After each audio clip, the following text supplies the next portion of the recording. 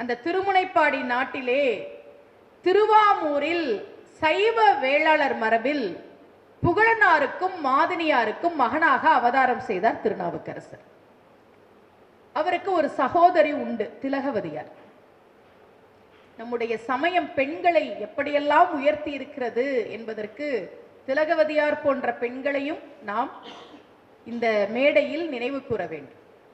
திலகவதியார் திருநாவுக்கரசருக்கு அக்கா. கலிப்பகையார் கூட நிச்சயதார்த்தம் நடந்தது. போருக்கு போனவர் அங்கேயே இறந்து போயிட்டார்.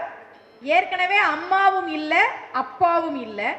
அதனால எனக்கு நிச்சயம் செய்யப்பட்ட மாப்பிள்ளை இறந்து விட்டான், அதனால் நான் உயிரை மாய்த்துக் கொள்ளப் போகிறேன் என்று திலகவதியார் முடிவெடுத்த போது திருநாவுக்கரசர் மருள் நீக்கியாராக இருந்த அவர், நீயும் இறந்துட்டா நான் யாருக்கிட்டக்கா போவேன் என்று அழுதவுடன் தம்பிக்காக வாழ வேண்டும் என்று முடிவு செய்கிறார்.